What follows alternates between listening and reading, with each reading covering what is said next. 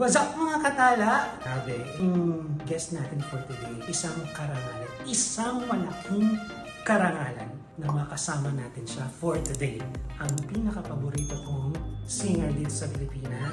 Talagang idol ko simula nung bata pa ako hanggang ngayon. At wala pang nakakapalit o nakakapantay sa level ng kagalingan nito. Sobra. I'm talking about the Asia's Nightingale, the one and only Miss Lani Misalucha. Miss Lani!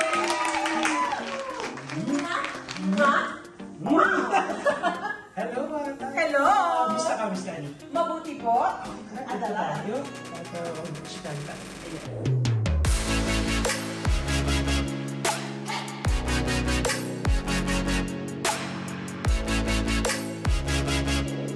Mapalad ako na makakasama ko ngayon ang number 1 most favorite singer ko. Sorry Filipino singer sa Pilipinas. Siyempre, Filipino singer. Most favorite Filipino singer to. Ang aking magiging future ninang. Ano na agad yung kinukumit agad. Pero kasi si Ninang Ay, ninang ko na yan. Future ninang, Miss Lani Misalucha. Thank you! Of course naman! Alam mo, mga katala, kung magkakaroon kayo ng isang privilege na magtrabaho sa industry kagaya ko, makikilala niyo si Miss Lani. Very humble, very sweet, saka very accommodating, kaya and very friendly. Alam niyo, dati nakikita niya lang ako na lagi kong chinichika-chika si Ninang Ay, hanggang sa naging close na rin kami ni Miss Lani Misalucha. Grabe, Asia's Nightingale. Question, Miss Lani, bakit ba pag singer sa Pilipinas, lalo na pag female singer, bakit ina-associate sa ibon? Like, alam ba, Asia's Nightingale, Songbird, Asia's Phoenix, ba't wala bang Asia's Maya? Hindi siguro kasi, syempre, ibon, of course, fowls of the air, it's known for their tweet, yung pag-tweet nila. Kilala ang mga ibon na kumakanta sila. Iniisip ko kasi baka mga mukha kayong ibon. Meron kayong mga palikpik. Pakpak pala ba? Diba? Pero kagaya ng mga ibon, talagang sobrang nagsusoar high. Itong mga mga female singers natin, kagaya ni Miss Lani. Pero Miss Lani, may ko-confess ako, sorry sa kay Ate Reg, I love you Ate Reg. Pero talaga, ever since Miss Lani Misalucha, talaga yung every time I go to your concert, I'm always in awe.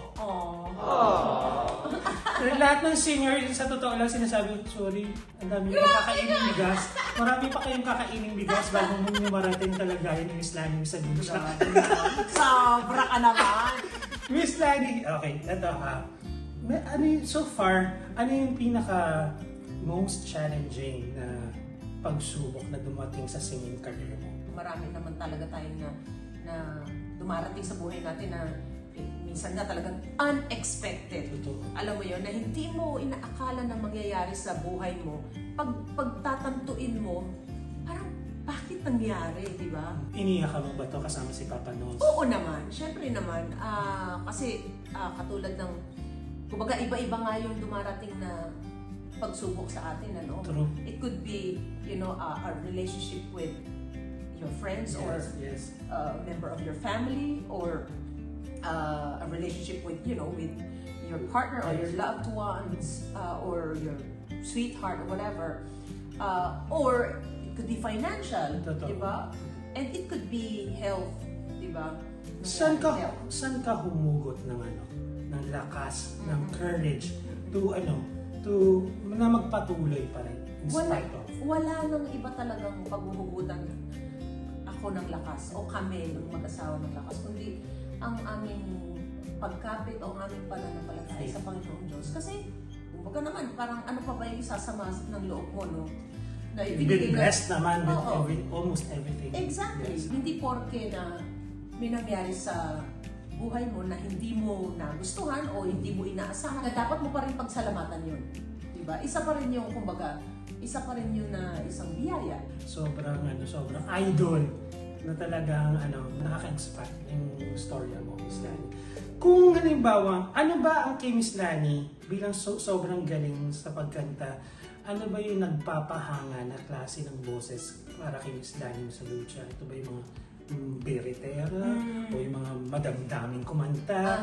Ano sa'yo yung napapabilib ka na boses, singing voice? Kasi ako, pag nanonood ako ng mga YouTube, mga singing competition, marami ako talaga nakikita na, wow, parang, alam mo yun, hindi naman napaka-powerful ng boses, hindi bumibirit, hindi mataas, pero because of the uniqueness of the voice and the way the artist performs his or her song, not necessarily, yeah, that doesn't necessarily mean having a powerful voice makes you already a great singer. Kung meron kang halimbawa, magpo-produce ka ng upcoming concert mo, meron ka bang someone, singer, na gustong makasama sa concert? Barbra Streisand. Wow! Ang sulit nun! Oh my gosh, alam mo, oh my gosh. Kung man nangyari sa buhay ko, that would be the ultimate dream of mine. May naisip ka ng title. Kaya parang gandang isipan ng title pag Barbara and Miss Lani. Diba? Parang sana in this lifetime. Diba? I know. Lifetime. Pagbigyan mo. Okay. Dinner for 5. Special dinner for 5 with your singer friends. Sino-sino itong isasama mo? Bakit naman 5 lang? Pang 6 ka. Pang 6 ka. Siguro yung mga nakasama ko before. Sino? Of course, that would be Regine, Jaya, Jano, and Ogie. May isa pa. May isa pa. Oh my gosh. Basil Valdez. Wow! Alam mo yung may Elise ko, di ba? Pero nag-show na kayo together. Yes. Isa pa yan. Ano yan? Music influence. Mga katalag, sasalang ko naman yun si Miss Lani sa aking Quickie Questions o QQ. Pero ang edition na to, it's called Songs of Her Life Edition. Okay. Ready ka na ba, Miss Lani? Okay. First, bukas na lang kita mamahalin. Minsan ba may ugali ka na pinagpapabukas na lang yung mga bagay-bagay? Oo naman. Grabe naman. Tinitira ka lang ng katang. Yung hanggat pwede mong i-delay. Oo, alam mo yun. Naku, ako pa. As in. Oo, bukas na lang yung trabaho niya. Bukas na lang yung ano na yan. Ganyan akong masamang ugali. Tag-araw, tag-ulan.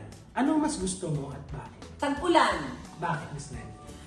Hindi ko alam. Siguro kasi dahil pinanganak ako ng Agosto at maulan ng Agosto. Kapag umuulan, honestly, it really calms me down.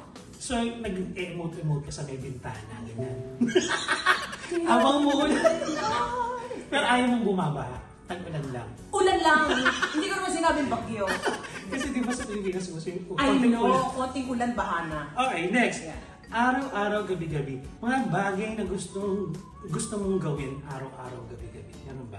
Araw-araw, gabi-gabi? Oh my gosh. Kumain. Saka matulog? Matulog. Okay, anong favorite pagkain ni Miss Lani bukod sa mga matatamis? Mahilig ako sa maraming mga spices na food. Like yung mga Indian or Thai.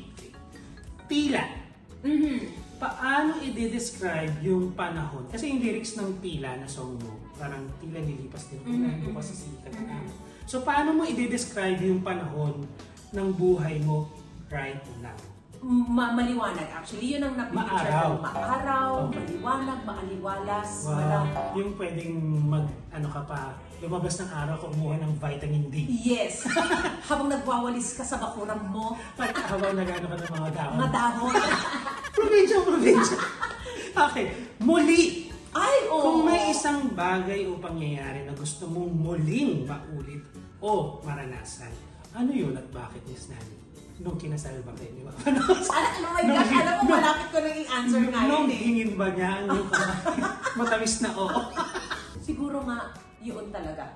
Mapangasawa ko ulit ang asawa ko dahil kilig na kilig ka pa nun. Hindi kasi alam mo, sa totoo lang kapag nag-uusap kami ni Papa Nos. Hi Papa Nos! I miss you Papa Nos. Alam mo yun, minsan pag ganyan misa kami, nagmumuni-muni kami, isipin mo, no, ganyan. Kasi ano na kami, nakakalimutan din. Kailan po ang anniversary na naman? 33 years na Grabe. kami. Alam mo yung pag nag-usap kami ganyan, isipin mo, no, ganito. 38 years tayo magkasama. Imagine mo, nung kinasal tayo. And we didn't even think that we're going to have, you know, children. And then, ngayon, meron na tayong mga apo, hindi natin naisip na magiging ganito pala yung mga apo natin. Ganun. So, alam mo yun na, at least, pag pinakasama siya, alam ko na, magiging ganito na. Alam mo yun. Medyo i-revise mo ng konti. Oh, ayan, exactly. Ang mga gagawin mo. Yes, siguro dadagdagan ko mo. Gusto papahirapan mo ng konti. Okay, next. One more time. Oh base sa lyrics ng kantang ito, kung sakaling meron kang teleporting ability, saang lugar ka pupunta at bakit? Oh my God. Right now, nandun ka na. Pwede bang past, gano'n? Pwede. Siguro dapat nandun ako sa bahay ng nanay ko para hindi siya nabuwal. Alam mo yun? Yung moment mo with your mom. Oo. Malaya ka na. Ay! Ano ang gusto mo, Miss Lani? Totally free or free but bounded by laws and rules? Alam mo, sa totoo lang, hindi tayo mabubuhay without rules. Kaya nga, diba? Otherwise, life would be chaotic. Last! Loving you. Kasi tumatakto sa'yo eh. Loving you. What's the best thing about loving Papa Noel? Gusto kayo talagang na-survey last question. Ano, Miss Lani? Ano siya? Gano'n siya ka-importante sa'yo? Napaka-importante. You know? So, siya talagang refuge ko. Yes. Actually, we lean on each other. Honestly. Opposite kami. Okay. Oo, opposite kami when it comes to a lot of things. Pasingit na lang ako last question bago tayo magpaalam. Mahirap ba na ang, like halimbawa, manager mo, yung mismong asawa mo? Sa inyo bang dalawa, nagkakaroon ba din kayo ng hindi pagkakaunawaan in terms of handling your career? Ay, oo naman. Hindi mawawala yun. Hindi mawawala yun kasi nga, tulad na sinabi ko nga. Mas vocal pa nga kayo sa isa't isa. Yes. Ayoko niyan, ayokong ganun. Yes. Ganung level. And it actually, mas naging effective. Walang guarded na talagang, lalo na si Papa Noel, he's very frank, he's very direct, he would tell you kung ano yung dapat o hindi dapat gawin. So, mas lalong nag-work.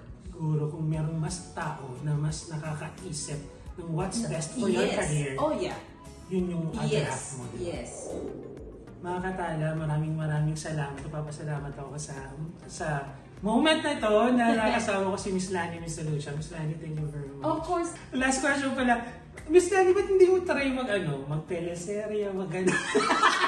Talagang pinupush mo. Alam mo, interested naman ako. Kaso nga lang, itong sa nangyari na sa akin ngayon, nahirapan ako mag-walk. Okay. Dahil batas pa pwede ako matumba. Alam mo yun. Mabilis naman ako. Okay naman ako Kasi I'm sure pwede sa yung mga musical na kaya may biglang kakanta. I used to do that, yung mga musical. Diba? Miss Lani. I hope mga katala mapanood natin si Miss Lani na magpakailanman. Sa isang espesyal na pagganap. Mga katala, hanggang sa susunod, Miss Lani, pasalamat pagtanong sa ating mga sa mga mga katala. Mga katala, ito po si Lani Miss Lucia at nagpapasalamat ako sa inyong lahat sa pagsubaybay sa vlog nitong si Ivan. At patuloy niyo po kami suportahan. At muli, ako po'y nagpapasalamat sa inyong pag-watch. Thank you.